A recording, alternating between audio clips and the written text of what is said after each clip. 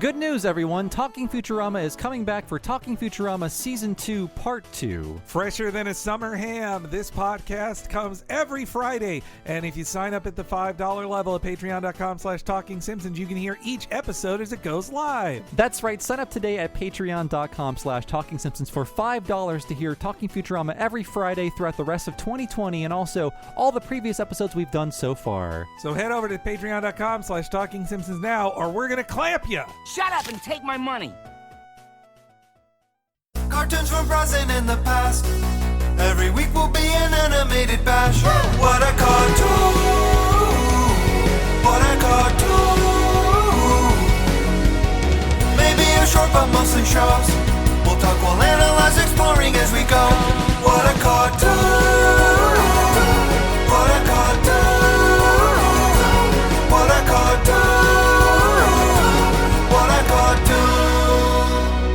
Hello, everybody, and welcome to What a Cartoon, where we give you a Rooty Toot Toot right in the snoot. I'm one of your hosts, the noise-making boy, Bob Mackey. This is an audio exploration of every cartoon ever. Who is here with me today? Ipso facto, it's Henry Gilbert. And today's cartoons are the UPA cartoons, Gerald McBoing Boing and Rooty Toot Toot.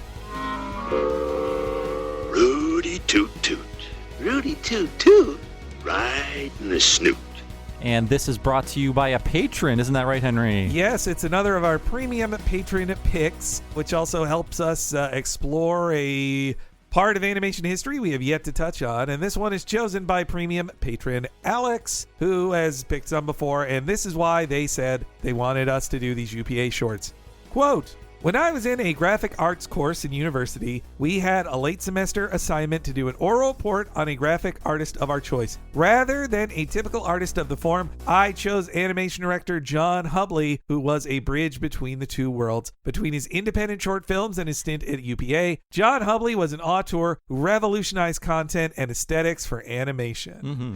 And I mean, yeah, when you watch both of these and go into the history of UPA, you really do see Hubley is kind of an overlooked part of animation history because he's not a famous name like Chuck Jones or Tex Avery, but his films and the films of other directors of UPA had an immense impact on animation, not just in the slowly dying world of feature shorts, but then so much of the techniques invented by Hubley and the others at UPA transitioned over to planned/limited TV animation. And we've done so many things so far on this network that have been inspired by these cartoons and this look, especially things from the 90s when this look had a huge resurgence. Yeah, when we've covered Dexter's Lab or Clone High, both of them were big into the UPA stuff, which almost is like it's like a continuation of Gennady and Phil Lord and Chris Miller. They came after all of the Tex Avery, Bob Clampett aficionados of the early 90s. By the late 90s, these guys were like, hey, we love those Looney Tunes ones too, but we also love the artistry of the UPA shorts too. And even latter Ren and Stimpy, especially stuff directed by Chris Riccardi, really Riccardi draws from the style. That. Yeah. And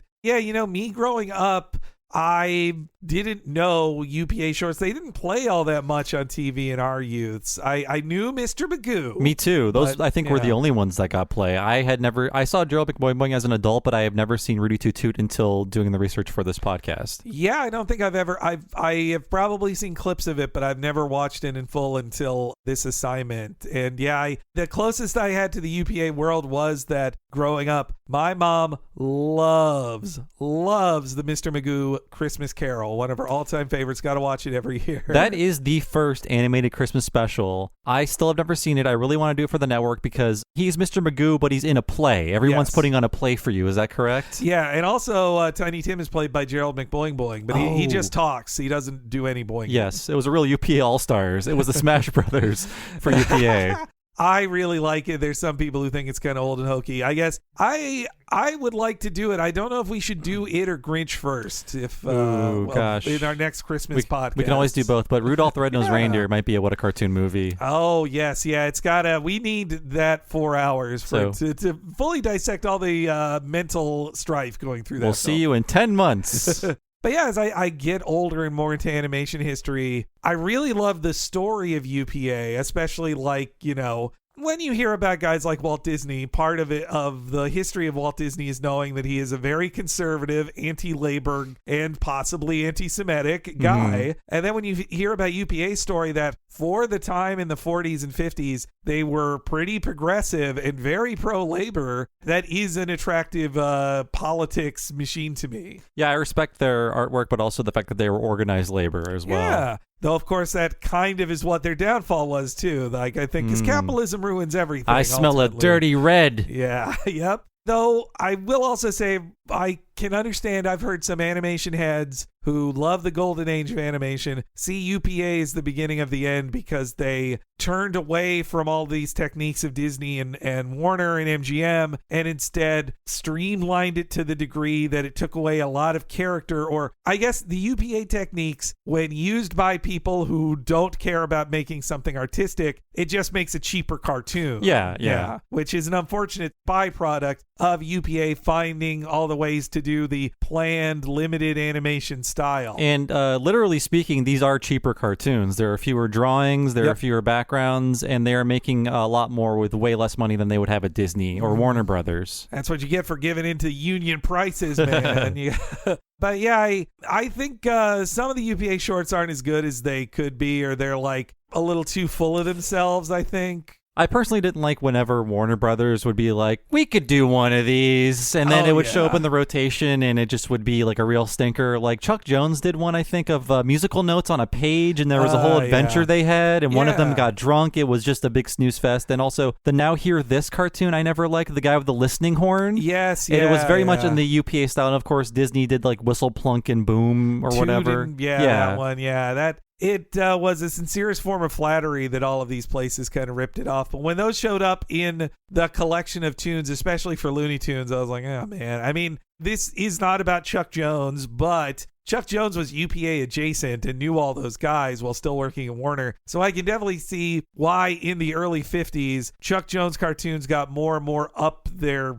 More pretentious, I'll just say, because I think he was jealous of like, here I am still doing the same blackout gags on violence, and these guys are doing art. I want to do that too. And looking at this also made me just remember how short the era of shorts was. Like, the salvageable shorts that we have span maybe 35 years of history, and that's it. Yeah. Like the mid 30s to the late 60s. And that's kind of it for this entire medium as it existed then. But it's hundreds of them. It's so many. You can't take in all of it, honestly. So what is the history of UPA? Well, honestly, too big for one podcast. I'm just going to say that right now. But so sorry to our patron. But I'm definitely going to go a bit into the history, but mainly focusing on the two directors of the two most critically acclaimed shorts of UPA that we're covering today. And that is directors John Hubley and Robert Cannon, who I've seen respectively called a jaded sophisticate and a man of childlike fancy. Like, they're two aspects of UPA, because John Hubley was a more satirical, cynical, political artist, while Robert Cannon was a very nice, like, Christian Scientist guy who just liked nice cartoons that were good. I want to say he named the cartoons Jolly Frolics. That fits with merry melodies and silly symphonies. It's I like a good frolic. And yes, the story of UPA is gigantic. I will just say a lot of this, almost all of this, I'm taking from the book When Magoo Flew, The Rise and Fall of Animation Studio UPA, written by Adam Abraham. It is a very good book on it. When I asked our cartoon history friend, Thad Komorowski, where to learn about UPA, he said this is the book to read. I learned quite a whole lot about it. It's a very complete history on it. There is a very good video series on YouTube by the Royal Ocean Film Society that tells you the story of this book in very informative video. Yeah, lots and lots of clips. Definitely recommended. Yeah. But yeah, so the two guys are John Hubley and Robert Cannon, or sometimes called Bob or Bobby Cannon. I think Bob, B-O-B-E, Bob Cannon. Yeah. These guys, born a long time ago, Cannon in 1909, Hubley in 1914. For Hubley, he trained as a painter and then at age 22 moved to California for training and was quickly hired by Walt Disney to work in his relatively new animation studio as a background artist and layout guy. Hubley did not animate. He stuck in the background and layout department. which later in his career would cause friction because most directors had done time as an animator and he had not. So when he would make requests of like, he didn't know like if something could be animated if he'd make a request. It could cause some tension. But yeah, as a background artist and layout guy, he worked on many shorts and iconic films like Snow White, Bambi, Pinocchio, and Fantasia's Rite of Spring section. Now, Hubley's time at Disney, though, would end unhappily as he joined many others at Disney in the 1941 strike against the Walt Disney Studios, which is one of the most important, like, pivotal moments in American animation history. And it really threw Disney into a disarray. So many people left, and it was only the war, like many companies, that saved Disney. They just got money from the government to make propaganda. Propaganda, in doing this research, propaganda had a way bigger part in the story of UPA than I even thought. And yeah, but Hubley was one of the more active guys in the union thanks to his, being more politically aware than a lot of the other animators, which made him more of a nemesis of Disney. And he had, social democrat viewpoints, I think, and a general just anti-authoritarianism to him as well, which I really appreciate. And there's a hilarious story of like what the final straw was. As all of the other studios were starting to recognize an animators union, Walt refused to, and he gave a ridiculous pull yourself up by your bootstrap speech to all of these pissed off guys. But I respect these guys so much in this era. Not great for a lot of people, but I do miss the union sentiment because these are all adults who lived through the Depression. They were like, that is never going to happen again, and fuck you if you put us in this state again. And now we're all just cowed and terrified and in a police state. So, boy, I miss that spirit. God, all this anger, labor, and it getting the publicity of it, and you were seen as like our generation. I've had to see so many threads of like, what does a union even do for me? And it's like, well, unions are greatly defanged in American legal system. You do probably want to be in a union. Or people just enjoy abuse. Like, I work 80 hours a week and I only get paid for 30. I don't complain. Yeah, I don't complain. Why can't these people do their jobs? Even back then, I bet they did have to deal with the sentiment of like, oh, it was so hard drawing a mouse all day. Boo-hoo. Not to get too far into unions, but I remember starting an early job and it was not a union job because most jobs weren't. And they explained to me like, you make $5.25 an hour and not $5.15 because we're not a union place. And I'm like, whoopee. Yeah, yay. A whole extra dime an hour in the year 2000. When your minimum wage should have been double that at that point. Jesus anyway. Christ, yes. Yeah. And so, yes, the strike, a whole story on its own, but many, many future greats of animation were part of it, as were Art Babbitt was the most famous of high-ranking Walt guys. Most of the others, they stayed out of it. Lots of great protest signs at those so many great events, too. My favorite is the one of Walt's face on a dragon because they were doing it at the premiere of The Reluctant Dragon. And so, yes, Hubley and his team eventually got their way, or Walt, through government intervention, gave in to their demands, but he still fired a bunch of guys, and that included Hubley, who didn't want to be there anyway. There's a story, too, that Art Babbitt came back through, like, he sued Disney to make him come back, and then after, like, a year or so, he's like, I gotta get out of here. This is miserable. Sounds like a bad work environment to me. Meanwhile, you've got Cannon primarily working at Termite Terrace, part of Bob Clampett's unit, and that's why he took on the name Bob, because there are a lot of Bobs there. So he's like, all right, I'm Bob Bob McKibson, Bob Clampett. Yeah, there was a real, it was a rich time for Bobs, and I'm one of the few Bobs remaining. The 40s and 30s, that was a time for Bobs. It's a solid name you can set your watch to. So yeah, Cannon was a skilled animator right off the bat. He was trained under legends Clampett and Chuck Jones, worked on some real classics from the Looney Tunes era, Waikiki Rabbit, Bugs Bunny and the Three Bears, also a bunch of Sniffles junk.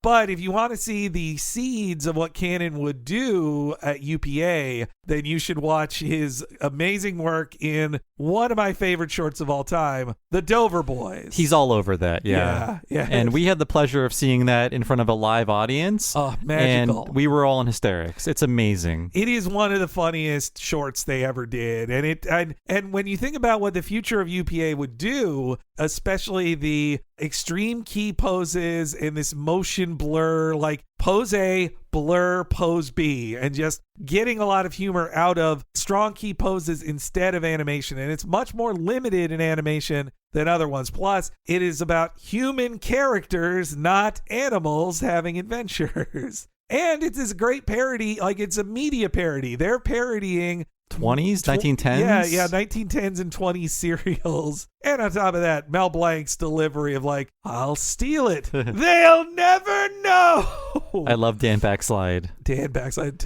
Yeah, take that, Dan Backslide. Jeez, we're out of the era of Dover Boys being memed, unfortunately. We saw Sadly. that cartoon when it was at peak meme status. Seeing it on the big screen, it is such a cliche to say, but it is the way to watch those films. It's how they were made to be watched, and seeing them with an audience is so much better. And we were tired when it was all over. Yes, yeah. After 5 classic Chuck Jones shorts, you need a break. It's too much. But yeah, so Cannon was one of the best animators in that group, and especially with the Dover Boys, which was meant to be kind of an FU to Schlesinger and what he wanted. Yeah, almost got Chuck Jones fired. That was them really showing off what they could do with animation. Is they were decades into the animated form. All these younger guys are like, well, what else could we do? Does it have to be the, realism or the gag stuff of Warner or Disney? And yes, it's also funny to say this about all these lefty rabble-rousers, because the next place they'd go to show off their artistic style would be the Army. So yes, it's 1941, going into 42. The armed forces open up a propaganda studio in Culver City, and they're hiring animators to work on stuff. And Hubley and Cannon are among those. And an interesting thing happens that they are given a fraction of the budget they had at Warner and Disney. But they, one, don't have Walt or Schlesinger looking over their shoulder to say, hey, don't do it that way. And they have an adult audience in mind, so they can do jokes that they were told they couldn't do before. And on top of that, they needed to be able to, as propaganda, give clear, direct messages to adults. So that means stripping down designs of characters a lot and having crazy dream sequences that have very bold colors and not a lot of background to them. The Snafu cartoons are great. Of course, problematic stuff is in them, and you should expect that with any war cartoons, but they're all available on Blu-ray. And it's interesting to know that they're making these as a war is happening. You're writing a cartoon, you're animating it, you don't know what's going to be happening 2 or 3 months when it's done. Yes, yeah. You can see if you watch all the Chuck Jones and Theodore Geisel Snafu shorts, if you watch them, you can see the opinions change on what they feel on the enemies. Like when they get to later in the war, and instead of it just demonizing the Nazi soldiers, the one I watched was about how hey, you know what? They're way more prepared than you sloppy slob. Get your shit together. Be as good as a Nazi. Rich as Nazis. But yeah, on those Snafu shorts where Cannon worked on those under Jones, and he got to, thanks to the limited budget and the new adult style, Cannon, again, Christian Scientist, didn't want to do all these violent jokes, but he was figuring out this brand new animation style. And Hubley also worked on a lot of instructionals that gave him a lot of space to play around with flat backgrounds and simplified designs to express things. 2 guys who they show through the character of Snafu are like, you're a dumb redneck who got drafted into the Army. Here's how to load a gun, all right? Point this at them. But the real birth of UPA as a studio came thanks to the 1944 presidential election of Franklin Delano Roosevelt against Thomas Dewey. It's something I never think about, but that made me remember, oh yeah, we had an election during World War II. Yes, yeah. It seems insane to be if you watch the propaganda film Hell Bent for Election, it's wild for me to watch it of just yeah, he's the win the war candidate. Why are you going with why would you change presidents in the middle of a world war? But so 1944's Hellbent for Election is basically the first UPA cartoon because a studio had to be built to make it out of a bunch of animators. It was sponsored by the United Auto Workers Union, so a union-sponsored film, and as explicit propaganda to ensure that FDR would win his unprecedented 4th term as president. The funny thing was they couldn't make it at other studios because the people who owned them did not want FDR to win the election again, and they were certainly not going to help with it. So instead, a bunch of other animators, including Hubley, set up a satellite studio where they all worked nights and in their extra hours to make this cartoon. And they had different thoughts of who directed, but ultimately Chuck Jones directed it while still moonlighting from Termite Terrace because he was a liberal director as well. And Hubley and Cannon did a ton of work on it. If you watch it, there's some bits that just feel like, oh, this looks like a of the era Chuck Jones cartoon. But then comes in a dream sequence where backgrounds are just flat colors, characters are outlines, and it's this dream sequence of the FDR sleek and awesome train against this old dying Dewey train. And that is really where Hubley and Cannon and others started having a lot of fun experimenting with what they could do in the animated style. And also much more use of the 3-point smear movement technique too. And this lefty cartoon was a hit in the union halls across America and at the polls, and that making that film would be a calling card or mark of shame for them, depending on what political leanings they had of people they were pitching to. And also what's interesting in it is that it has a song written by the Over the Rainbow lyricist who would go on to be blacklisted himself. Really? Yeah. Damn. And for Hubley and Cannon, this was near the end of the war, and it saw these offices go from being this side hustle to its own uniform workplace. But their main jobs were making propaganda either for the military or for more labor unions. Like they worked on a couple of late snafu shorts, which also again got them in contact with Theodore Geisel. But yeah, since they were able to pitch these to adult audiences through either their politics ones or their war ones, they were not wanting to go back to doing a bunch of animal shorts at Disney, Warner, or even MGM. And Hubley in particular was very tired of it. And also about this time, the modernist art movement is really taking off. What's cool is Picasso or Matisse or the covers of the New Yorker, Saul Steinberg, all this stuff. That was the cool thing, not to draw silly animals having fun. So as the company grew, they then rechristened themselves to United Productions of America, or UPA. As time went on too, that style really solidified itself with these very angular characters that move in convincing ways. It was a real technique of Cannon. There's a story in the book about how, as they were designing some characters with these sharp features, they said, but how does his head turn? How do we do that? And it was Cannon who was primarily responsible for figuring out that difficult question. And so much of it is just subtraction, where, especially in the shorts we'll be talking about, if you're having characters sit in a room, you only need a few objects to signify where they are. Like, here's a door frame, here's a rug, here's a chair. Yeah. The background is just like one wash of color. There's no realistic 3-point perspective or anything like that. These guys had been at it for so long that, like, it's like they're saying, well, what could I do if I tied my hand behind my back? How little can I get away with while still telling a story? And that really takes a turn for them in 1946 with Brotherhood of Man, which came out because, again, paid for by United Autos worker unions. They were noticing that in their union there was a lot of racial tension because the increasingly diverse production line, there was a lot of friction between white people and not white people at those jobs. You know who hates racism? Communists. Yeah,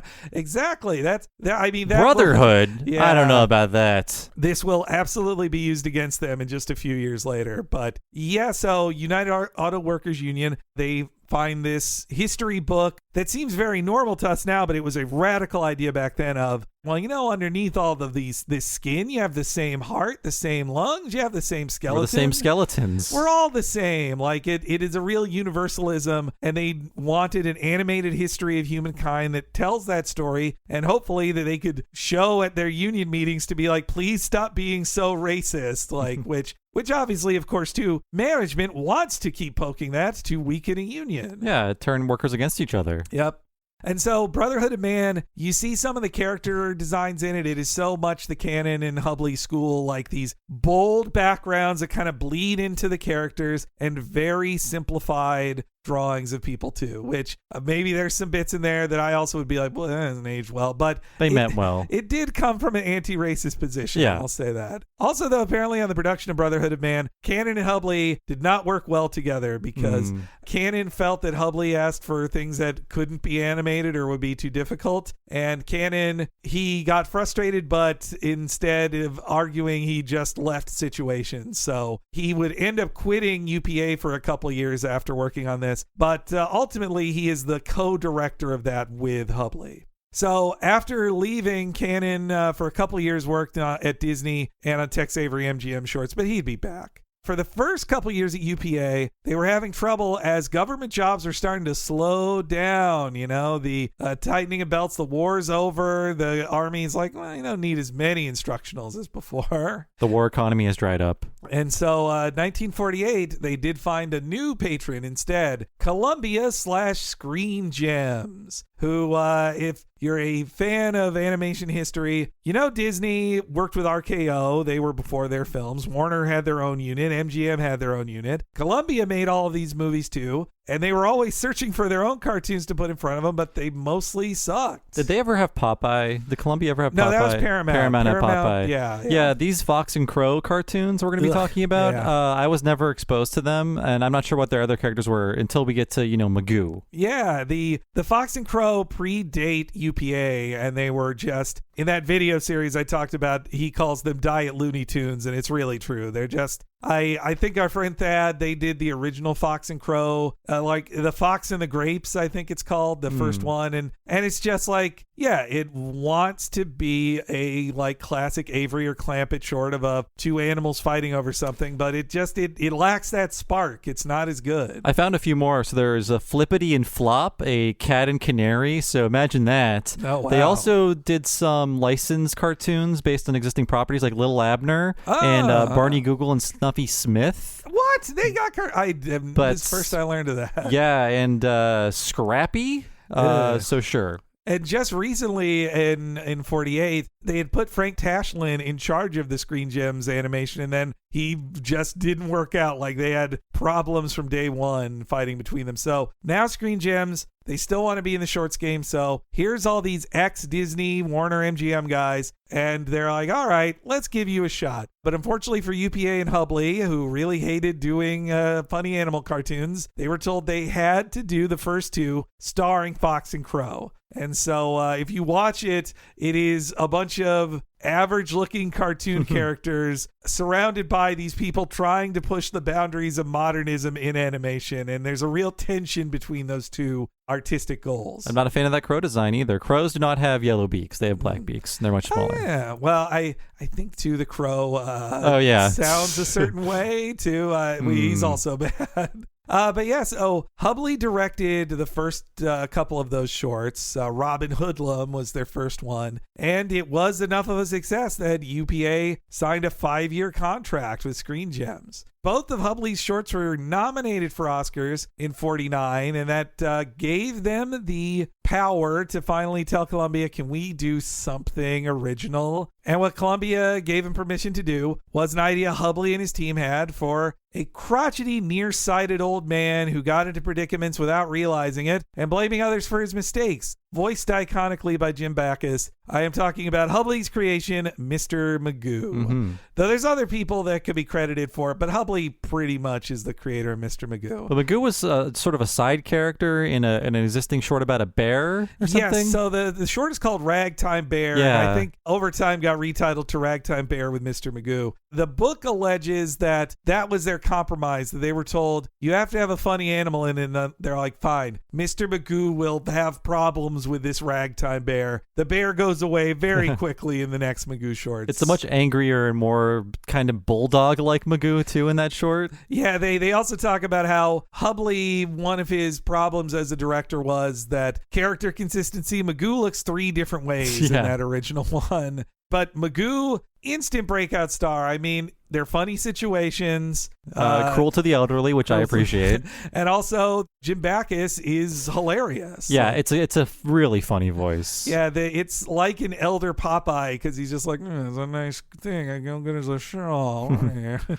And yeah, so Magoo, giant hit. And Columbia for 1950, they wanted 6 films a year from UPA. This is when Hubley briefly transitioned to supervising director, who he'd be in charge of a trio of units that would produce 2 a year. And that would include Cannon, who would come back. And also, along with Cannon, one of his top animators was the Disney and Warner vet, a very young Bill Melendez. So he learned a lot under Cannon. He was an animation machine, they called him. And you can hear all about him in our 2 What Are Cartoons about the different Peanut specials we talked about. So Halloween and Christmas, both covered. But while they were still trying to find a way to strike out on their own, separate from Disney and Warner, they still were kind of falling into the styles of like Jones and Avery. Like if you watch those original Magoo ones, they're still kind of gag shorts, you know, and they still had to do a couple more Crow and Fox ones. But by 1950, they had entered a new, more experimental era. They also found a new logo, which is the famous 3-color circle one we know. And also they opened up their own studio in Burbank, pretty close to Warner and Disney. An announcement of like, hey, we're your competitors. We're not the underdog anymore.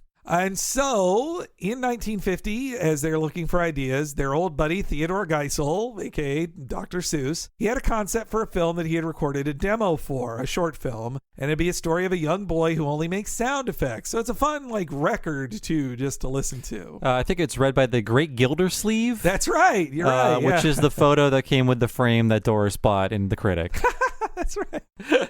That's the only reason I know that name. I looked it up for our Talking Critic series. And so Geisel was shopping it around. He took it to his friendly studio of UPA. And after a little misunderstanding, he then was able to sell it to them for $500. And, you know, again, it was all, he had worked on those Snafu shorts. And so these were some of his old Snafu coworkers. He knew he could trust them. So the idea was that it would be directed by Cannon, that Hubley would oversee it, but he actually was not very involved in it, as, you know, he was in a more management position. And it was Cannon really wanted to try all of his theories in one, like really push the boundaries of it, that they said themselves, like, how elemental can it get? How many things can you subtract from character design, from background design, from movement, even the music, which is a very like, honestly, you can see where the Peanuts got their music from, too, if you watch this thing. That's very true. And working with designer Bill Hertz, Cannon formalized, you can find other cartoons before Gerald McBoing that stylistically are similar, and this was just a more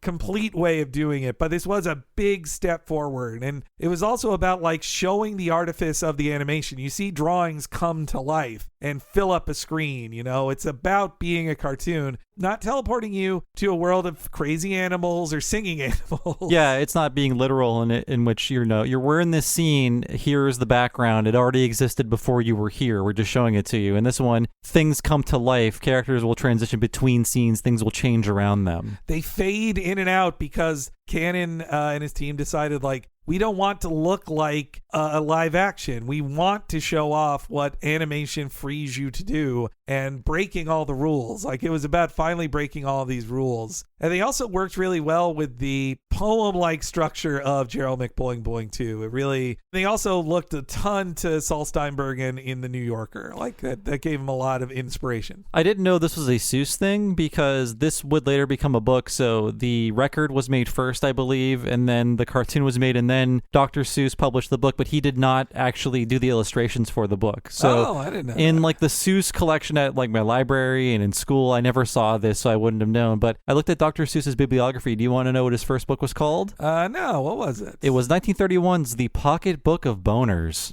Boner. Yes, a boner would be like a goof.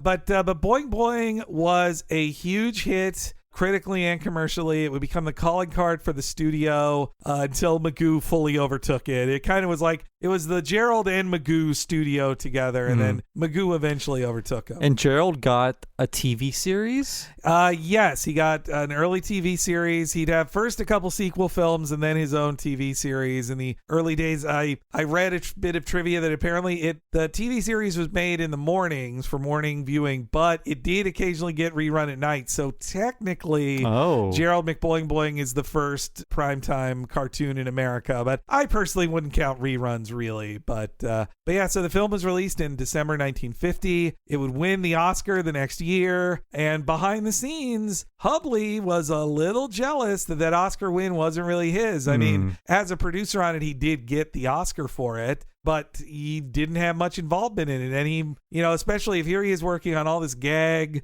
Fox and Crow and Magoo stuff, and then meanwhile Cannon gets to make this incredibly like artistic thing being talked about in highfalutin magazines. You can see how Hubley is like, I want to make one of my own too. So by 1951, the next year, the staff had grown to 75 people from like 12 at the start. A pretty big studio at that point. And that was also when Hubley decided, I'm not going to be supervising director anymore. I'm going to just take over a unit. And he took over Art Babbitt's unit. So poor Art Babbitt got to be a director for like 2 years and then shoved back down to being the top animator for Hubley. And Hubley was also known for letting his cartoons go way over budget, which would ultimately lead to Columbia owning more of a stake in those cartoons than originally they should have. And Sony, I think, owns all these cartoons now. Not that you can find them anywhere, except they're just on YouTube. They're just on YouTube and nobody cares. Yeah, I mean, nobody does. But Hubley in 51, feeling challenged by the success of Gerald McBoing, he wanted his own artistic masterpiece. And so he started working on a very boundary-pushing work, more boundary-pushing than Gerald McBoing, a jazzy musical short called Rooty Toot Toot that was born out of the pop standard Frankie and Johnny that was very well known by that. And it had been around for like 50 years when they made it. It was sort of like a public domain song that other people adapted. I was reading the history of it. It's kind of dated back to a murder story of the late 19th century, an actual murder that happened between like jilted lovers or something like that. Yeah. I mean, you can see why those stories gained a lot of like infamy back then because it's, a woman killed a man. People have always loved true crime. Oh, yeah. It's not just a modern thing with podcasting. I mean, this whole thing with Frankie and Johnny, too, is like, you can see it in the musical Chicago as well, this kind of thing. Yes, with the dancing lawyer and everything. I totally thought of Chicago. By the way, I've only just seen Chicago for the first time within the past few months, so... And so, yes, Hubley as director, working with Babbitt as the main animator, and background artist Paul Julian really started to pull together this interesting world for Rooty Toot Toot. Paul Julian, by the way, very accomplished animator in his own right, came from Termite Terrace, worked a lot with Frizz Freeling, and is also the original meep, meep, beep, beep, whatever of the Roadrunner. That's his voice, is Paul Julian. He recorded it and they looped it forever. And Julian's style is much darker and much more cutting, and that really fit the vibes of what Hubley wanted to do. He didn't want something cute like what Cannon was doing with Gerald McBoing. And I mean, compared to the rest of like animated films back then, this is about sex and murder and drinking. Like, it is definitely a intentionally reactive to the restrictions of most other cartoons then. There was definitely sex and murder and drinking in a lot of the Looney Tunes I watched growing up, but this is so focused on it, I could see why I was never shown this in a package of cartoons. Well, and the damage done in it is not instantly recovered from. Like, a gunshot kills you. Yeah. It's still shown funnily, but you die. And the finished film was released in late 1951, getting tons of accolades both in the U.S. and internationally, but it lost at the Oscars to The Two Mouseketeers, the Tom and Jerry short. Get out of here. Yeah, and how many had Tom and Jerry won at that point already, you know? But they lost me up for the 40s. I'm sorry. But yes, it was on these that UPA really started to figure out their limited animation style that would proliferate the industry from then on. And the success continued to help them push boundaries for Cannon. He worked on many other memorable projects. His Madeline one, that was the one I probably saw the most as a kid. I saw that more than Gerald. Me too, and it blew my mind because I thought the first Madeline cartoon was on HBO in the late 80s or whatever. That's right. Yeah, they adapted it way earlier. And God, the way it does even better than what McBoing does of how it fades between scenes and it's like pages. It's like you're reading a book, changing the pages and everything. And he also worked on Christopher Crumpet, which is kind of like a sequel-ish to Gerald McBoing. The Oompas and Ballet Oop. Those are the three of his best ones. And unfortunately for Hubley, though, the Red Scare and HUAC was coming to town. And thanks to assholes like Walt Disney and Leon Schlesinger, who named names. In fact, Disney, one of the names he most clearly named, was one of the founders of UPA, who unfortunately, at the time when we were friends with them, he did some work for the Russian government. And so, yeah, that didn't help UPA. The biggest ripoff of the Red Scare was, it all sucked, but I thought the biggest ripoff of it all was they considered you a communist sympathizer if you liked Hitler before it was cool. Sorry, if you hated Hitler before it was cool. So that just seemed like, well, come on, like, give me a break. You hated him a little too much in 1938. Living through the 80s and 90s after the fall of the Berlin Wall, we saw a lot of boomers making cartoons like, wasn't the Red Scare silly and things like the Iron Giant. And now hearing people accuse other people of being communists today, I just I want to walk into the ocean. It's hard to really explain what a dark time this was and just this fear. Also, if you were in the civil rights movement back then, you might have joined a communist group because it was definitely one of the more anti-racist groups in a country as horribly racist as America. But yes, that was all being used against you in the early 50s. Any sign of a Red Scare, and also there were multiple newspapers that were made of we're naming names. These people are suspicious individuals, and UPA ended up being heavily targeted, which makes sense because they were a liberal studio with a very pro-union background. All red flags if you're looking for commies wherever you can. Was that a pun? Yes. Yeah. Okay.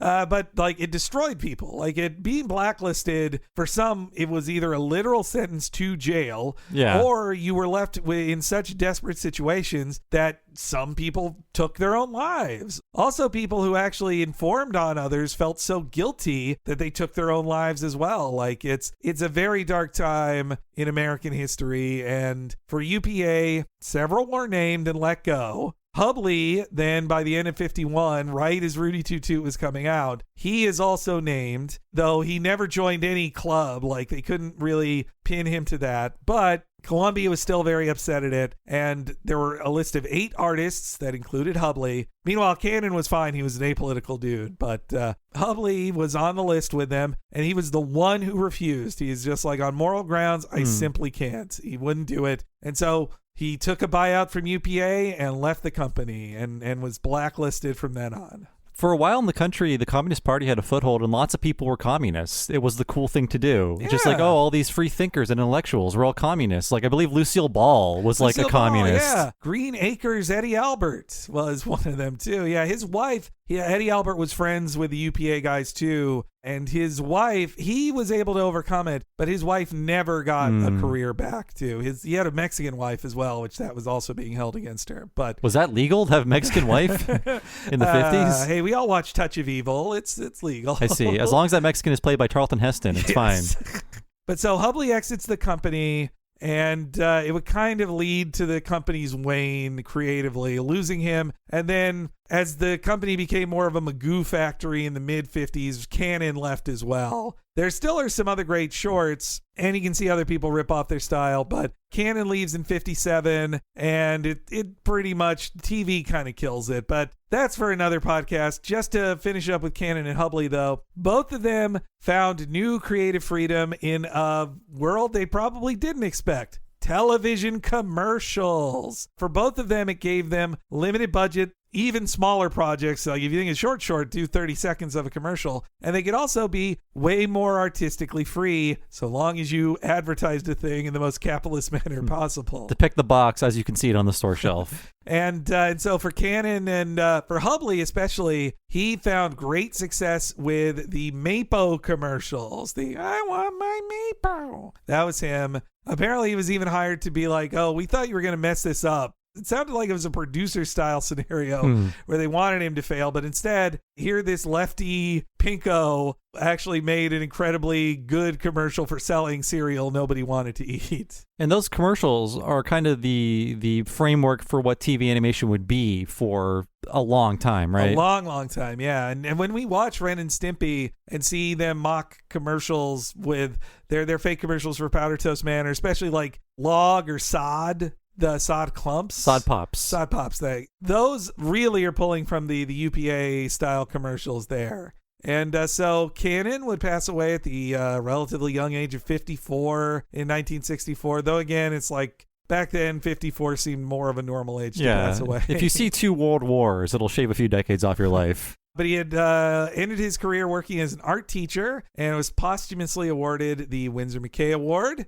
And Hubley wasn't too far behind. He passed away at 62 in 1977. By then, he had proper distance from the blacklist, and he was finally, late in his life and definitely afterwards, he was starting to get the kind of accolades he had earned for all the amazing stuff they had both done for animation, thanks to a new school of artists who could really see the animation history and what they had done. So, vindicated later in life, and seemingly, compared to a lot of people hurt by the blacklist, Hubley dealt with it better than most, which is good on him, but still a dark time in American history. But yeah, so that's the story of Cannon and Hubley, and UPA eventually just kind of winnowed out on television animation and just couldn't hack it. By the end of the 60s, they were out of there, and they just sold off their library to, Columbia kind of just kept it, and it wasn't UPA making Magoos after that. But the impact they had on stuff, like not just all the theatrical shorts that ripped them off, but we talked about it on the Flintstones. The Flintstones wouldn't exist in the style it does without UPA setting the tone for limited animation. Just showing it was possible to do on a smaller budget and on a faster schedule. Yeah, and I mean, you look, the first season of the Flintstones especially, I mean, Art Babbitt, I believe, worked on it too, but like just the motions and the angles you see Fred and Barney from, like those are UPA-ass drawings too. But all right, that is the history of Hubley and Cannon and their UPA films. When we come back, we're going to talk about Gerald McBoing Boing and then Rooty Toot Toot. And they say it all started when Gerald was 2. That's the age kids start talking, at least most of them do. Well, when he started talking, they say, in his case, when the time came for words to come out of his face, Gerald, they say, sat up straight in his bed, and he looked at his folks, and you know what he said? He didn't talk words, he went instead. Come and get it, a big surprise. And you have the surprise for me? Yes, sir. It's a new breakfast cereal called Maple. From now on, you're really going to like oatmeal. Take off your hat. The hat. I want my cowboy hat. After breakfast. I want it now. Like maple sugar candy? That's oatmeal. Right. But it says here it's maple-flavored oatmeal. I want my hat. Tell you what, I'll be an aeroplane. You be the hangar. Open the door. Here it comes. Loaded with delicious maple-flavored maple. Cowboys love maple. Yeah, cowboy. I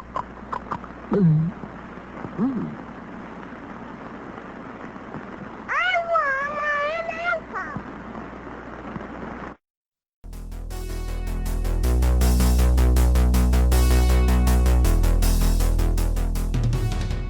Welcome to the break, everybody. It's Henry Gilbert, the noise-making boy. Hey everybody, this is Bob Mackey, and just like the UPA animators, I'm also on several blacklists.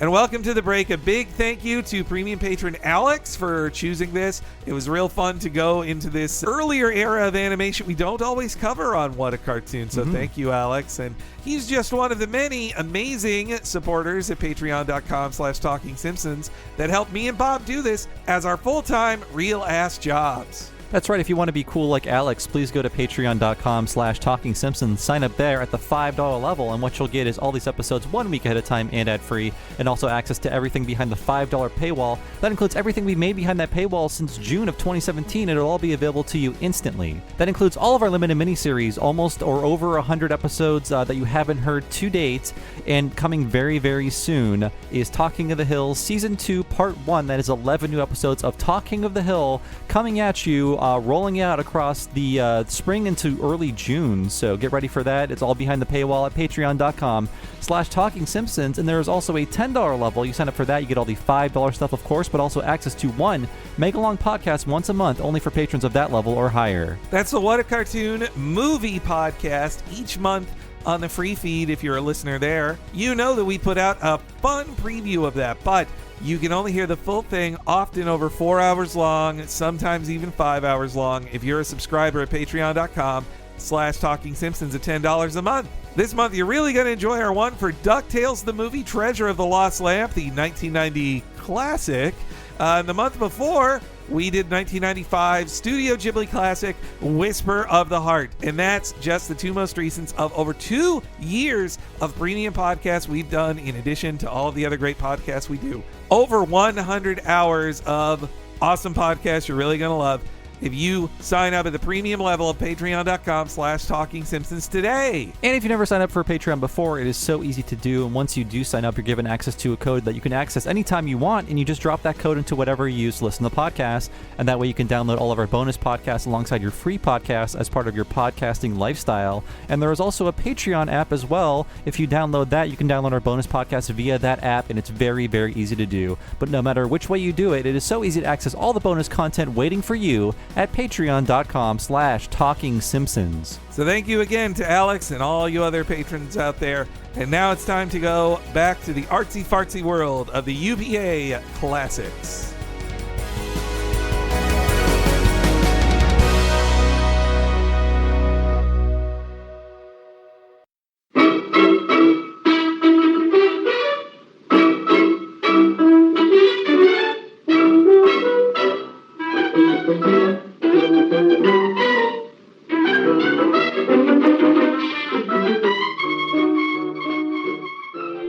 We are back from the break, and you heard the Gerald McBoing Boing opening theme playing us in here.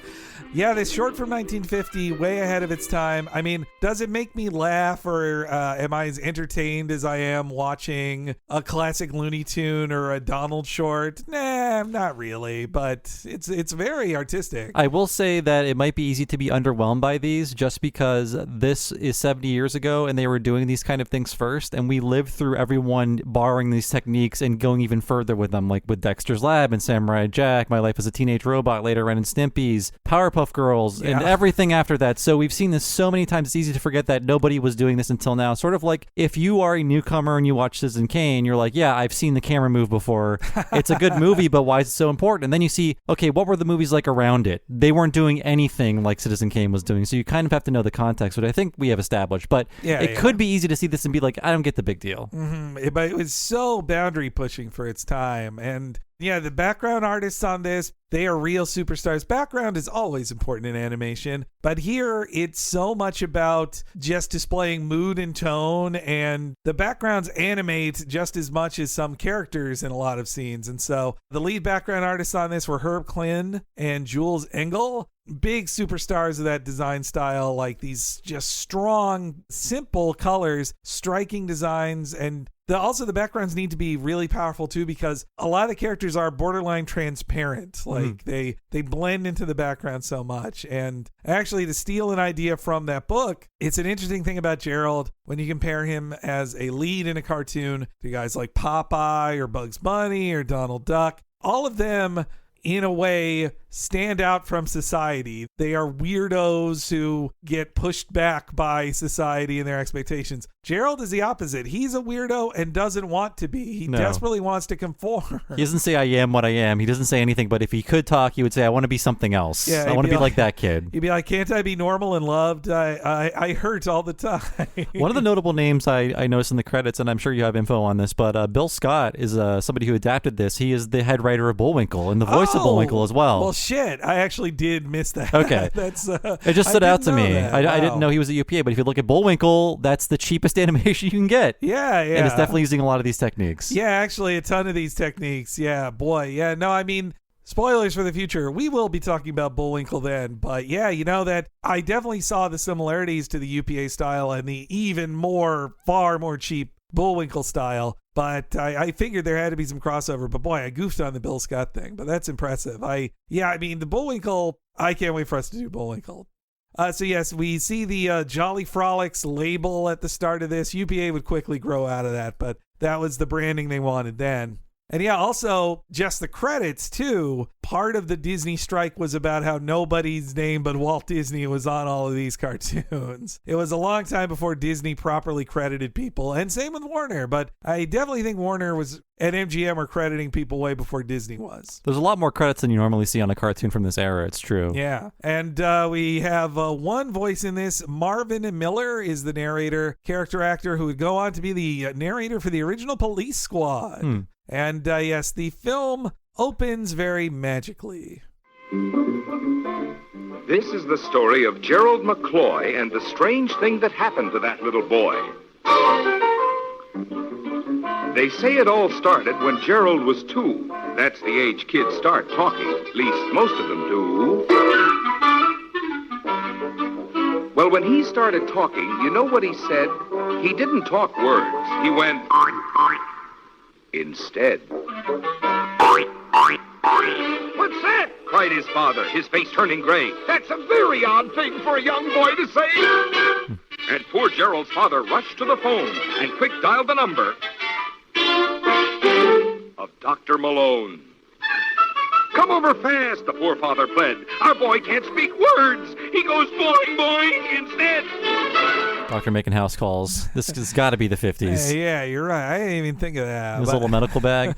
Yeah, one thing I noticed upon watching this, I could be incorrect, but I want to say that in this entire cartoon, Gerald is the only thing that makes sound effects. There's no other sound effects in the cartoon. I think you are right. To emphasize how important his sound effects are. Yeah, actually, other movements and sounds are indicated by just music. Like when the Dr. Malone enters the room and places his hat, it's like a little ding on it, but it's not a sound effect. Even the train at the end of the cartoon, I don't think it makes sound effects. I don't think so, yeah. I just love seeing it all drawn into the frame. Like you see the mom, dad, and son just drawn into it. They're coming to life in a very in-your-face way of like, yeah, this is a cartoon. You're watching a cartoon. We're drawing it in front of you.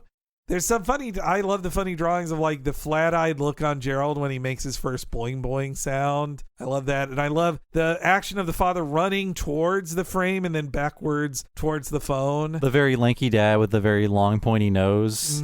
He's always like jutting out at like one angle or another, just like very, very rigid or bendy. He just like just stick figure almost. Yeah, there's so much acting in just the father and all the ways he turns. Like when Dr. Malone enters the room and it's just a door frame and like two other small accessories that indicate this is the front door and this is in a home. I love his posing when the doc comes in and he places his hat on his outstretched foot. Like that's great too.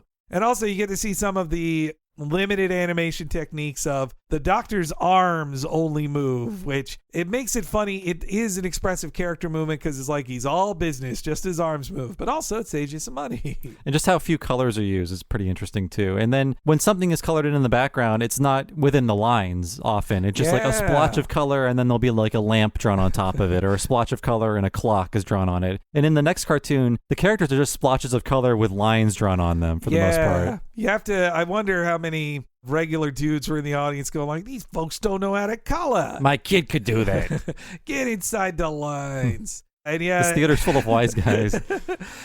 So as they're testing him out, there's another great shot of all three of them just towering over this little boy, and then he makes his noise. It's basically like a fallback gag from a comic strip. And the doctor just confirms everything they knew and just leaves. Like, oh yeah, you're right. He just goes boing, boing, boing. I'm out of here. I can't help you.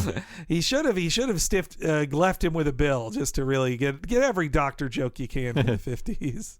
And so, yes, time moves forward in a very interesting way, too. Like the background kind of fades into another color. There are some blackouts that just end scenes, but other times Gerald just changes his outfit and gets in a new position as a way of expressing that time has passed. And yes, Gerald is not meaning to bother his dad, but is loving making all these noises. Then months passed, and Gerald got louder and louder, till one day he went like a big keg of powder. It was then that his father said, "This is enough. He'll drive us both mad with this terrible stuff. A boy of his age shouldn't sound like a fool. He's got to learn words. We must send him to school." I love his like jump out of the chair too. I also feel Cannon worked on some of the earliest Alvin and the Chipmunks stuff too. Oh, I totally forgot about that. That is of this style as well. I get a lot of Dave Seville vibes from this man. Yeah, here. Gerald's like a little Elvin. He is. Just draw some like teeth on him, I guess, and we got an Elvin. Oh man, there's some of his posing of his like sweet little smile with his hands behind his back. Like he looks like he's just about ready to start singing "Christmas Don't Be Late." Especially when he goes to school in this just giant red coat, which is just like the giant Alvin t-shirt. And his little red hat too. Yeah. Another great, it is a money saver too, but I really love when he gets sent to school, this long single shot very far away, and you just see this tiny little figure walk into a school and then walk out of the school. And also in a very 1950s way, a note is pinned to him. I did like that, yeah. But that just seemed normal then. And Gerald then hands his mom the note while he climbs up a ladder and grabs some what looks to be like jam or something. I think it's like the cookie jar. Okay. The literal cookie jar. I saw it as, I guess, I'll be honest, I had Mr. Magoo's Christmas Carol in my head, and Gerald's character is obsessed with razzleberries. Oh, okay. And razzleberry jam, so I wanted to see razzleberry jam in there, but I think you're right, it's a cookie jar. That was the world-famous cookie jar, when cookies were actually kept in a jar. And you could buy them in so many different wonderful designs. Reading the letter, the mom, again, just great animation on like her exhaustion at getting this note from the teacher. Like, man, like you don't, like the teacher's like, hey, your kid doesn't fit in. Like, oh, all right, what do you want me to do? That's why we sent him to school. You deal with him. It's so heartbreaking to see. I mean, you also get to see this poor child, Gerald, who at first when he makes noises, he's an innocent kid. He doesn't know it's weird. And then you get to see him quickly learn in school that is not normal and he's going to be treated poorly for it. He's kind of unflappable until about halfway through the cartoon when he's openly mocked. Yeah, I can also see with all the shit that comes to him that why a lot of critics at the time compared it to Dumbo. Because that definitely was the most famous like misfit story at the time. But yes, there's another great bit of like Gerald standing on top of that ladder, and then it morphs into him like moving down, and he's back on his scooter in front of the schoolyard gang. And I like also there's a kid in a Jughead hat. It's really great. We need to bring those back. Playing marbles. And the kids, not so nice. But as little Gerald grew older, he found when a fella goes, no one wants him around. When a fella goes, he can't have any pals, and is fighting the gals. Yeah, They all shouted, your name's not McCoy, you're Gerald McBoing, the noise-making boy. So yes, even girls hate him. Yeah. Boys and girls both agree Gerald sucks. First, the boys who he interrupts their marbles game, they taunt him. When he goes near the girls, they don't want to be anywhere near him. It's sad, but well, I also do love the shot of when the boys are shocked by him. There's no in between. They go from standing to just like on their faces, like that kind of just speed of like, you know. Obviously, it would also take more drawings and be more expensive to show them falling over, but it also is funny in its own right to see them just splat. I saw Craig McCracken, creator of Powerpuff Girls. Someone had highlighted a clip from one of his newer shows, and the show he's doing on Netflix. I think it's like Kid Atomic or Atomic Kid or something like that. Yeah. And the person was pointing out like how a character goes from one pose to another without any in-betweens, and like, oh, this is supposed to be like a comic book, so he's emphasizing that with like a cheap effect, and he's like, well, I appreciate the call out, but no, this is for showing off just a fast movement. We just jump between one pose to another. It's not supposed to look cheap. Yeah. It's just supposed to look more effective that way. I know Craig especially is very defensive on the term limited animation. Like I think he's one of the ones who's like, it's planned animation. It's not limited, it's planned. And I mean, you know, I'm just happy for him that he's able to mostly animate in 2D for his Netflix show, you know. I've heard good things. It's Kid Cosmic, I'm sorry. And it sounds like he was just given free reign to do whatever he wanted onto Netflix, which was not the case with his Wander Over Yonder series on Disney. But on this one, it's just like, how much money do you need and how long will it take to tell your story? And here's $1 billion. Just take it. I am curious to see what others will do with that too. But that I should check out at least one episode of that. Craig McCracken, we're overdue for a McCracken episode. Mm-hmm. It'll come, I'm sure. But yeah, another of the most like fantastic shots in the whole thing is Gerald running from the playground, and then instantly as the mood changes from the sunny, happy playground to how sad and he feels, it then becomes night and fades from yellow to blue like that. And Gerald runs towards the screen, and then he's inside of his house. It's such a intentionally like animated, unnatural thing, but it just flows the story so perfectly. And I forgot how they were going with this next scene. I thought there was going to be like a pain gag because his dad is carefully shaving with a straight razor before the era of safety razors, by the way. Yes. It's like openly shaving with like just a giant sharp blade on your face. And he's like tugging on his dad's suspenders that are pulled down because he's shaving. I thought he was just going to cut himself or something. Right, yes. In another cartoon, this would have led to horrible violence. But instead, it's just the final nail in the coffin for Gerald because his father is just fed up.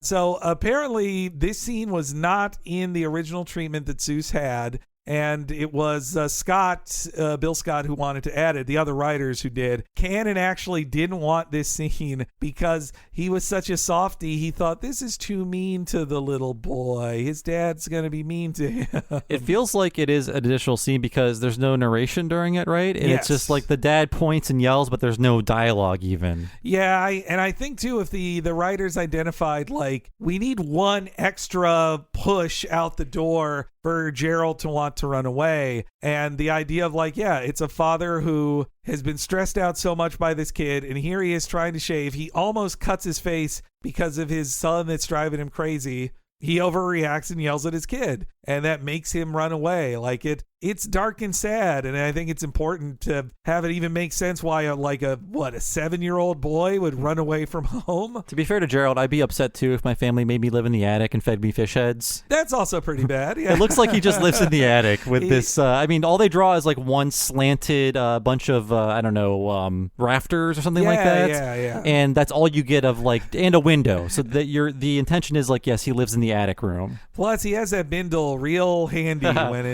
he'd been planning this for a while. But yeah, the moment with the father in the bathroom, animated by Bill Melendez as well. He did a great job with it. So yes, you see his sad walk up the stairs to his attic bedroom, and he pulls up a bindle and runs out the window, and the snow falling too, another just great shot. And seeing this little red figure in almost pitch black in the snow running beside the train. I love it because when he comes out of his window, the colors are almost flipped to be negative, in that his skin is all black and the outline around him is light blue. Yeah. So it's a negative image. You're right. Yeah, it is this total inversion of coloring to evoke even more emotion in this very sad sequence here. And if he's going to become, a riding the rails hobo, then his life just got way, way worse. And horrible things are about to happen to Gerald. And yes, when we see the train is also indicated just really by white lines against black, which again feels reminiscent of the Hellbent for Election short. And so yes, this scary, sad turn as he's about to reach for the train. Then we have a very Seussian ending of having a magical fixer appear out of nowhere to be like, no, wait, I'll fix everything. But the Gordon's fisherman shows up. That's right. Yes, I do love how he's drawn to tower over him, but I mean, this is the benevolent capitalist that could only exist in fiction. Stop!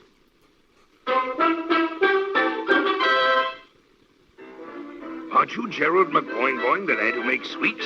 Boy, I have searched for you many long weeks. I can make you the most famous lad in the nation, for I own the radio station. I need a smart fellow to make all the sounds, who can bark like a dog and bay like the hounds. Your gong is terrific. Your toot is inspired. We come to McBoing, you're hired. Even a viewer in 1950, when they hear that chime, they knew it meant the NBC radio station. I have NBC chime trivia for you, Henry. Oh, boy. That I learned in college, my telecommunications course. The NBC chime is the notes G, E, and C, standing for General Electric Company, the owners of NBC. So it's subliminal advertising. Oh man, that is evil. Yes, man. I only knew about that GE owned NBC because David Letterman would talk about the pinheads at GE. GE, yeah. Hear about GE, Paul? GE. Wow, I did not know that about the notes for it. So every time you hear that, you're like, I want some electricity. Yeah, even though now it's owned by the new massive conglomerate of our lives, which is a cable company instead. You can't turn that into notes. God, yuck. Well, now I hear it all the time watching Peacock. Honestly, for an upcoming What a Cartoon, I have to watch Peacock because that's where it lives, unfortunately. I think you mean Office Plus. Yes, Office Plus. They should just call it that. Why even, especially Peacock,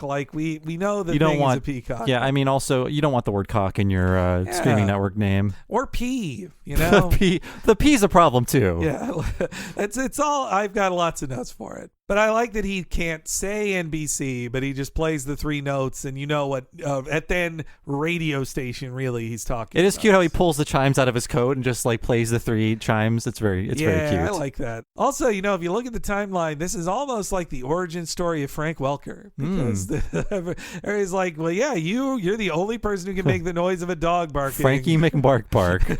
You know what? I don't know why they're accused of being communist, because this short teaches you your own pain can be used to make other people money, and then you can get some of that money. Exactly. The moral of the story is, if you have a problem, hopefully it makes money for somebody else, and then you'll get some money too. Yeah. If it helps Santa Claus, more the better. But yes, in this case, he's put on the XYZ radio station, and it's a really nice and very limited animation, but a very nice drawing of a pan across. That's animated by Willis Pyle, and I like this just radio drama clip here. The Dalton gang stuck up the stagecoach this noon, and the varmints are holed up in Clancy's saloon. A sheriff can't get at him. Not even the law knows how to beat 23 men to the draw. Now hold on there, partner. One fella knows how. It's Silent Sam Steelheart, and here he comes now.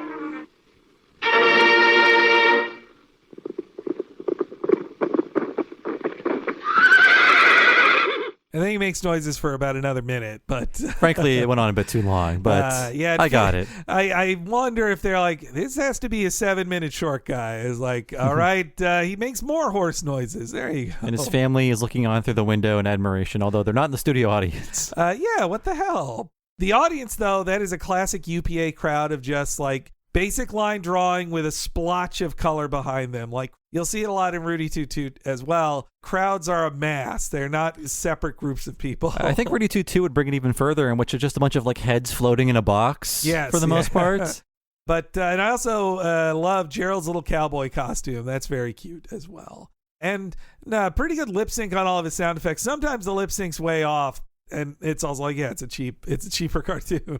And yes, finally Gerald learns the real lesson: to be famous. And it's all about getting likes. When you know too much about realities of being a child star, though, 1, I hope his parents didn't just rob him, and then 2, I hope he stayed innocent instead of becoming jaded. The 60s weren't kind to child stars when they were growing up. Oh, so God, yeah.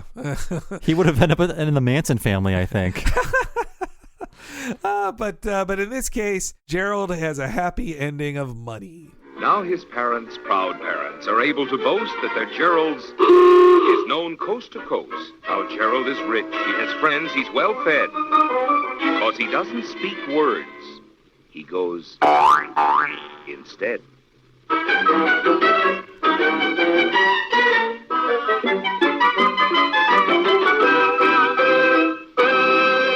I like his little wave with his boing boing. That's cute. And I like the design on the giant limo too. It's good. Now, I did not watch the sequels. What does he do in those? I think actually the other two of them are still written by Seuss, and then by the 4th one they ran out of Seuss material, and as I recall, they kind of just spin their wheels. Really, Gerald visits his relatives in Ann Arbor, Michigan. It's like, see, he's famous and well fed. It's like, so he's happy.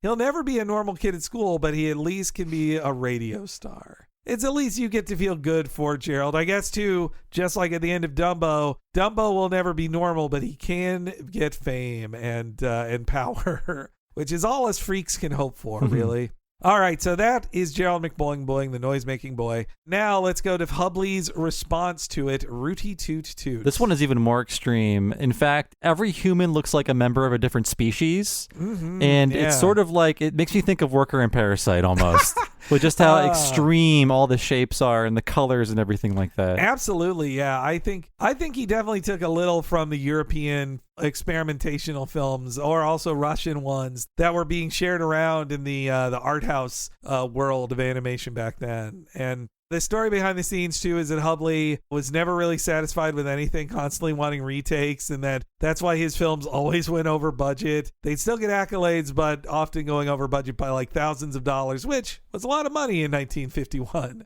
The score for it is composed by the accomplished jazz legend Phil Moore, who played in a million things. He's also known for the coaching and discovery or help with the careers of Dorothy Dandridge and Marilyn Monroe, and also an African-American musician too. Like I do think UPA definitely had more black people behind the scenes and on screen than Walt Disney ever did. And also, so on top of Fillmore doing the composition, you had dancer Olga Lunik was hired to choreograph the dance performances in this, which you can really see. Oh, yeah. And as for the voices, the women are all voiced by an actress named Annette Warren. Not a lot of big things to her name, but I probably don't need to tell you who voiced the men in this, or at least the Honest John. Thurl Ravenscroft. Oh, Tony the Tiger himself and the voice of Disney's Haunted Mansion. Yes, and also the Mr. Grinch song singer as well. Yes, uncredited, I think, in that. Yeah, but nobody sounds like him. There's still, whenever I hear new Tony commercials, I'm like, that's not Tony. Smoke about 3,000 cigars and get back to me. Yeah, then you'll be great. And yes, Art Babbitt, a big part of this. Primarily, he animated Frankie in this, though I'll mention a couple other times he animated something else. But the film opens on a bright purple piano player piano, and it's all framed within that, making this definitely feel more like, yes, this is a musical you're watching. Yeah, it's the first anime music video, and I love the framing of the credits. There's thought put into how do we present these, and yeah, it's the real the player piano. Yeah, which I guess also connects it to, for 1950, they're throwing back to the 1900s, like with player pianos playing this kind of ragtime music too. And you get to hear the song Frankie and Johnny, which you talked about it. It goes back to the turn of the century, and it had really become a standard by that point. Lots of people had sung it. It's also the name of a 1991 Gary Marshall film, but it's not really an adaptation of that story. But yeah, Gary Marshall was old enough to know the term Frankie and Johnny he's like, hey, I'll call it Frankie and Johnny. If you were born before 1940, it meant something to you. And yeah, so the song is first played over the credits just to tell you the background story of it, to really set up this really Rashomon kind of tale here. Yeah. The film opens on a very rough-looking painting of a courthouse, which intentionally so, like it almost looks like paint was rolled on the screen or something. You can feel like you can almost feel the texture of the coloring behind the courthouse drawing. And yes, the judge lets us know what this is all about. The People versus Frankie. Frankie came down to the courtroom. She faced every rap in the book. Her lawyer was Jonathan the Bailey, known as Honest John the Crook. He was the man who was going to prove that people were wrong. And she walks out like a ballet dancer on her tiptoes. That. And he sort of has like a horse behind. Like his feet are like a horse's backside. The horse hocks, I guess. Everything with Honest John, his dance is great because he's choreographed balletically, but he is just a very round figure, like a light bulb with a pointed nose on it. It's a great vision of what was a crooked lawyer of 1950, you know? Like, oh, Jesus. He's many secret murders. Oh, man, you're right. Yeah, he's Honest John. Again, I think that's why they show that Honest John is such a crooked guy that you don't feel too bad for him in the end. It's also when it hit me of like, oh, she kills two guys named John. It's Frankie and Johnny twice. Yeah. John and Johnny. And also, I love the framing of the shot of the bailiff coming into the corner of the scene to say what the case is that they're hearing. And also the judge banging his gavel like that. Really, so much great character in every movement by the people in this. I'm looking at the crowd watching the trial, and if you look at the last short, they have, shoulders and necks and heads and noses and things like that. And this one, it'll just be like a Terrence and Phillip character, where it's just like a circle for a head, maybe a line to denote a mouth, like struck across the face, and just like two vertical lines to indicate a body, but that's it. Like they're subtracting even more from this. Yeah, to the point that it's almost unrecognizable, even showing off even the heads, their coloring doesn't match with the circle that their head is. Like when I was watching Gerald, I was I was like, well, the coloring of their heads still overlap over clothing or whatever. Like they don't blend together that much. But here, it all just meshes together. Like there's very little boundary between people. It's a good understanding of what patterns the human brain can recognize and give meaning to, because like whenever you look at an outlet on a wall, you see a face. Yes. And all you need is 3 holes for that. So what do you need to indicate a head and a body? You just need a circle and then 2 lines under it. And Babbitt handled a lot of the Honest John dancing as well. And you also talk about the people in the courthouse, including on the jury. The book makes a point of saying that in the jury, they are drawn to be not all white, and the book alleges that it was Hubley's intention to show an integrated jury with black men on it as a statement in and of itself. I didn't read race into any of the jury, but after reading that in the book, I was like, okay, that makes sense. I don't know the history of how juries were allowed to select people, and if black people could only serve on juries of other black people on trial. I don't know the history of that. And me neither. I don't know when juries became integrated. I mean, I feel like if everything was segregated, juries would have been segregated as well. Yeah. They were always segregated by gender. Like that's why it's called 12 Angry Men, not 12 Angry People. And yeah, as Frankie approaches her seat too, I like the little dance she has with Honest John. Like he's already, he'll come to regret it, but he's already flirting it up with her. And I love the little moment she has in the care of how she bends over for just a second and then sits down on her chair. Like there's a lot of specificity to her movement. And there's a very cool style here that was not as present in the last one, in that a splotch of color does not need a line around it to be part of the character. In fact, a splotch of color goes across her head, crosses through the lines. It's like the brim of a hat. Yeah. And then her body, the dress, is just a solid color without a line around it. And then the bartender, when you see him, first they just draw a blob of paint, like an orb, and then they draw arms and legs off of it. But the torso, there's not a line around the torso to indicate this is the where the outlines of the characters start and begin. Yeah. It's like there's a potato splotch right behind him, and he kind of walks over it. And also I like the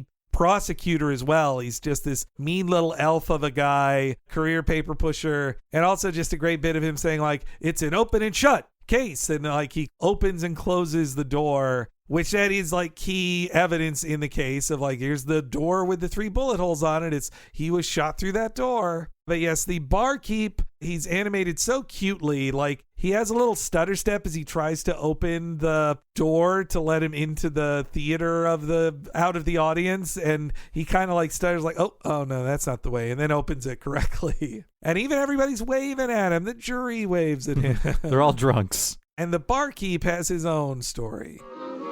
Frankie and Johnny were sweethearts, and all over town it was known. And then one day he came in without Frankie, but he still ain't quite alone. Now Frankie comes looking for Johnny. Well, I couldn't tell her no lie, so I quietly slipped her the info. He's out back with Nellie Bly. And Frankie is not happy to hear about old Nellie Bly there. She gets off the bar stool very balletically, if I can say that. Whatever that split in the air ballerinas do, I don't know ballerina terminology, but she gets off like that. And then for all of these characters giving their testimony, it's always unique colors and tempos and musical styles. There's a later scene in which Frankie interrupts another character, and then her musical style takes over during that character's testimony. It's kind of neat. I didn't catch. That's good. Yeah, the barkeep is just da-doo, because he's a slow guy, and I love that as he's giving testimony, he's cleaning a glass from his seat, and it just fades to him being behind the bar. Like that's also an increase of the stylistic choice of Gerald going between scenes. This one does it even more aggressively. Also, we see the first shot of Johnny, the soon-to-be dead man, I got to say, his design, when I saw it, I was like, those Pink Panther cartoons really ripped off this guy. That's what I thought, especially in the later scene where he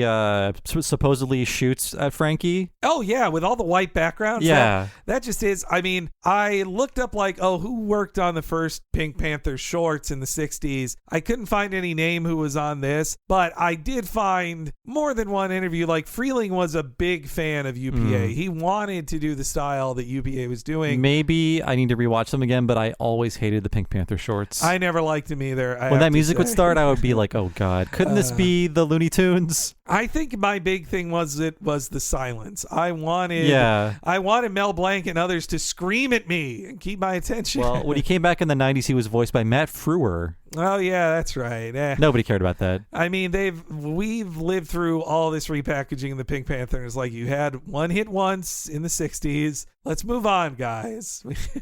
But yes, the barkeep hears her run off, and all he hears is Rooty Toot Toot. And I love how when he says right in the snoot, he puts his finger on top of the prosecutor's nose. I like that jazzy terminology for shooting somebody in the face. Yes, yeah, right in the snoot. Though he hasn't shot in the snoot. He's shot in the torso, back. Yeah. I guess he didn't see That's true. the shots. You know what? That's true. Yeah. This all checks out.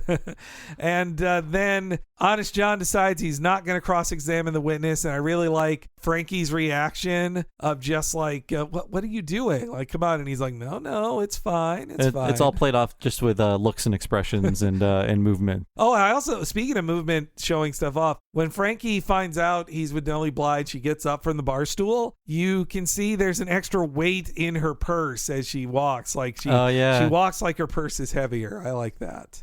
And yes, after we hear about Rooty Toot Toot, then the background color changes and morphs because another woman enters the room and Frankie ain't happy. I'm Nellie Bly, I'm a singer of sweet melody. Lie, that's a lie. She's no singer. Please. So you may notice it's a little unnatural there. I'm going to play it again when she says she's no singer. A singer of sweet melody. Lie, that's a lie. She's no singer.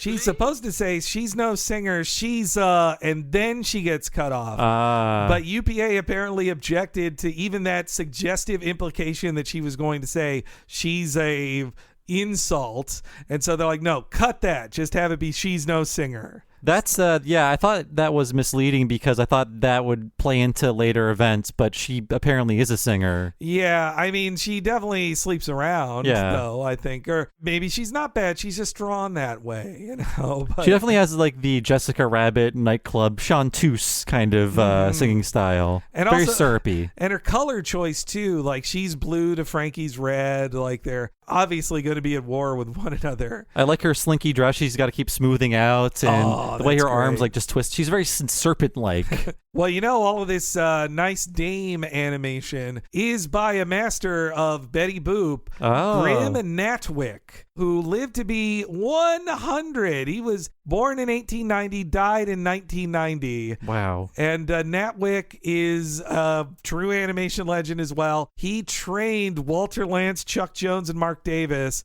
among many others, and they hired him on for this one, and he handles Nellie Bly mainly, and just the way she smooths out her dress is so good. The way later when she wraps her arms around themselves, like that was apparently Natwick did that on his own. That was not in the storyboards. And yes, she is a little upset at this rude remark. I love how she has to like fix herself back up again because she's so insulted. But Nellie continues her story. As I started to say I'm a singer, at least in my time I've heard worse. I was in the back room there with John Boy, but only to rehearse. Now Johnny seemed just a little bit nervous. He had seen Frankie's temper before.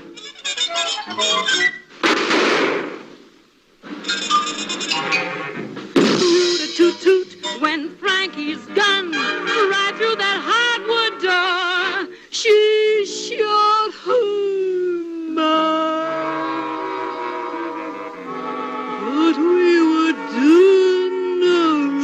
shot her man. There's no dispute. She shot her man with a Rooty Toot Toot. Your witness. No question. The state rests. And Frankie's still super pissed off at that. Like, what the hell? No question.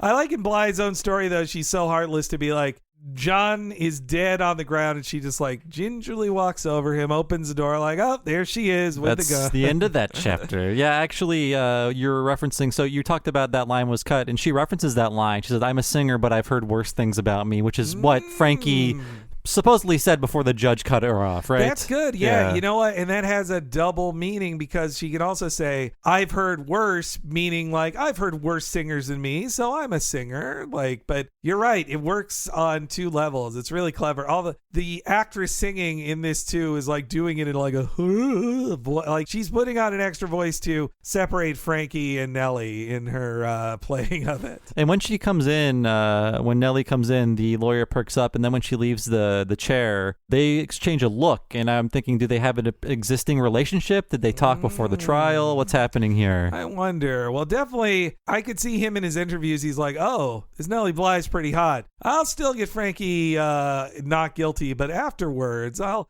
make some eyes at her. Like, well, also, he does hit on Frankie. I think he probably just tries to sleep with a lot of his clients. Maybe that's why he didn't ask her any follow-up questions, because he's like, well, I want to talk to her after this trial's over. I think Bly's version of events is the correct one. Yeah. I think, too. It's, well, definitely what Honest John's story next is not, but...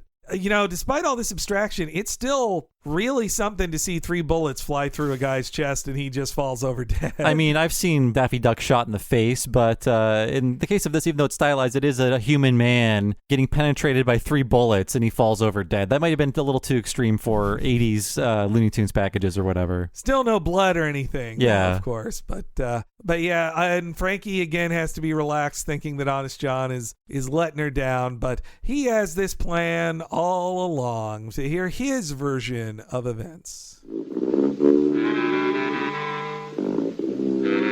Facto factorum. Picture, if you will, the true events. Frankie in her garden, in her innocence, up to her lovely neck in flax, and flocks of hollyhocks. For she is pure and demure.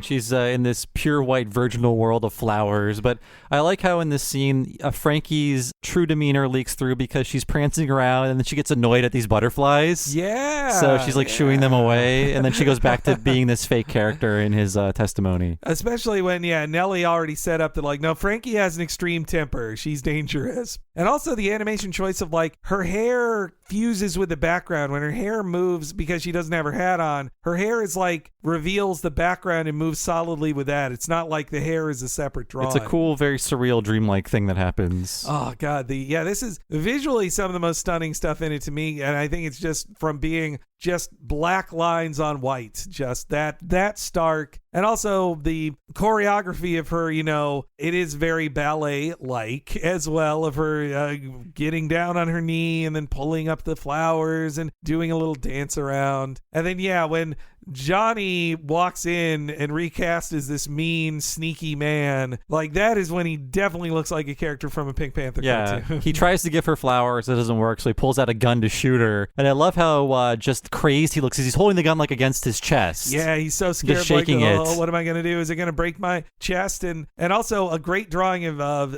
fantasy Frankie standing her ground and like going, okay, do your worst, buddy. And she's so nice that after he tries to shoot her, he runs off and she wants to return his gun. Yes, yeah. And she doesn't even know how to hold it. She's holding it daintily by the top of the barrel. Well, all of these things are because Honest John knows there's 3 things he can't dispute. That 3 bullets went through that door that hit this guy, and then when the door was open, she was there holding a gun. So he has to come up with the craziest explanation possible. It's like, well, he shot those 3 bullets, and they ricocheted for so long. Through town. They eventually hit him in the back, and then she just happened to be there with the gun because she was trying to help Johnny get his gun back. He was shot with the bullets from Roger Rabbit. That's what happened. The deflection and constant ricocheting is really well done. Like this red line of them, and then also in his story that Johnny was running from deflecting bullets and went straight to a piano to play the piano with Nellie Bly, and then went back to the door and got shot by his own bullet. The sequence of events is crazy. But of course, the jury loves it. You have asked for the truth without compunction. I have performed that function. Could she pull this trigger? Bah. Take a life? Bah. Were she free, I'd take this maiden for my wife.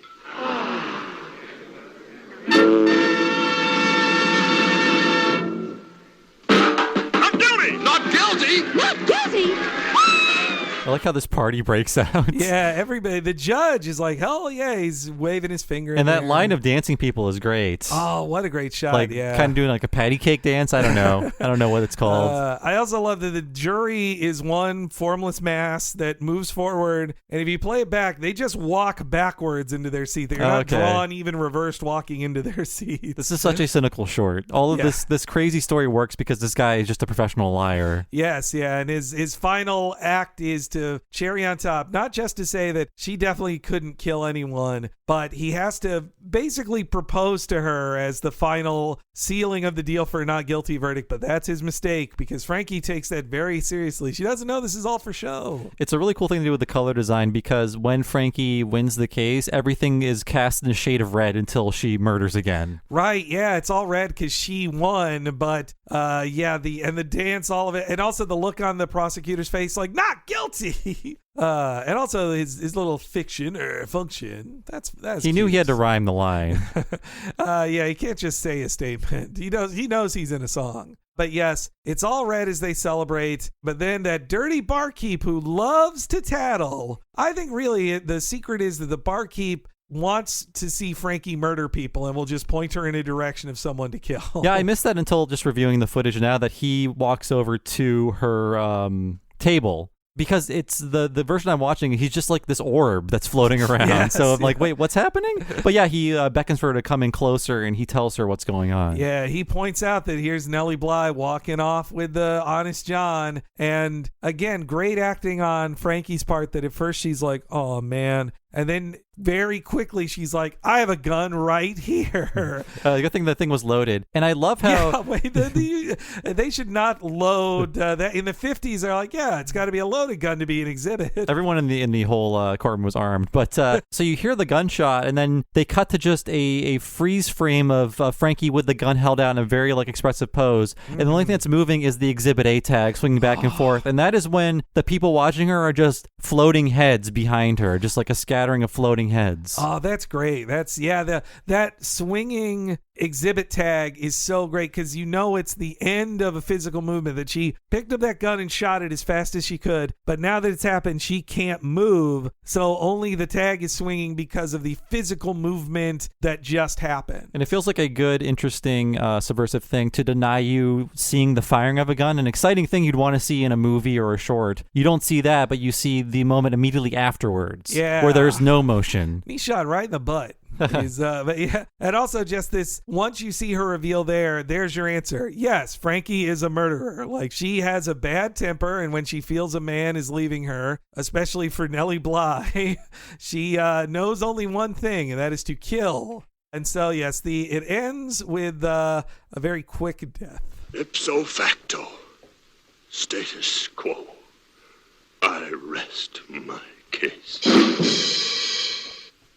Roll out your rubber-tired hearses. Roll out your rubber-tired hack.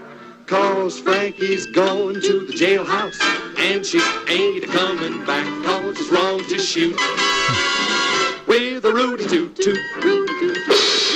She shot her man 'cause he done her wrong. I like his death too because he turns blue in death. Like, he's no longer. First he had flesh tone, was how he was colored before. After being shot, he turns white, and then once he's dead and his feet kick around, he's completely blue. We could see his death spasms on screen. I was looking up because I was a producer on when we did the Adventures of Ichabod and Mr. Toad. We just covered the Ichabod Crane short, and a lot of the music is similar, like the boogie woogie music. It's the kind of music you dance to with a finger in the air. That's all you got to know. You just have one finger in the air, you're twisting it back and forth. But yeah, that was only a few years before this, so it's definitely like such a very contemporary grabbing of this kind of musical style. Like this is super pop. Yeah, you at know the time. That way of saying like, she shot a man because he done her wrong. That feels a lot like the tune of the Headless Horseman song that's sung in that too. Ichabod, Ichabod Crane, doodly doo. Yeah. Now I'm just scatting around like Bing Crosby. I also love that it ends. The last thing you see is Frankie dancing her way out. Like that's how she entered the scene. Now she's leaving as the story is over. And then at the very end, we pull back to see the entire thing was on the player piano reel as the credits started. So we push into that when the cartoon starts and we pull back out when it ends. And then again, that bright purple piano. How do you not pay attention in a movie theater when you see a color that bright in your face? You're like, oh, I'm awake now. The newsreels are over. It's time to watch this ahead of one of my favorite Columbia pictures. I really appreciate what Hubley and his team was doing to really like push it even farther with contemporary jazz and a story of like sex and murder and death, all this stuff. Like it's really out there. Like there are some funny gags in it too. I mean, I love Thurl Ravenscroft playing Honest John is very good too. I want to know what the audience in 1951 thought. I could just see a man leaning over and saying, honey, I think Reefer Addict made this. Yes, yeah, that's I bet definitely this was also cause for the UPA to be looked at by HUAC, I bet, too. This is my favorite one because it's about crime and murder. And that's always more interesting than a little boy. You're more into noir. This is a noir tale as opposed to, it also is like set in a bar and a courtroom, the two settings of noir. Yeah, you're right. I understand. I prefer this one to Gerald as well. But Gerald's cute and nice. It is I do like cute and cuddly. Yeah, but that's like I said, the difference between Cannon and Hubley. One is a sophisticate, the other a childlike fancier. But both really changed animation with these shorts and the popularity of them. Some would say for the better, some for worse. But I also hope that this, thanks to Alex Irish for picking this one, caused me to explore these films in ways I never had before. And I hope it did the same for you listeners.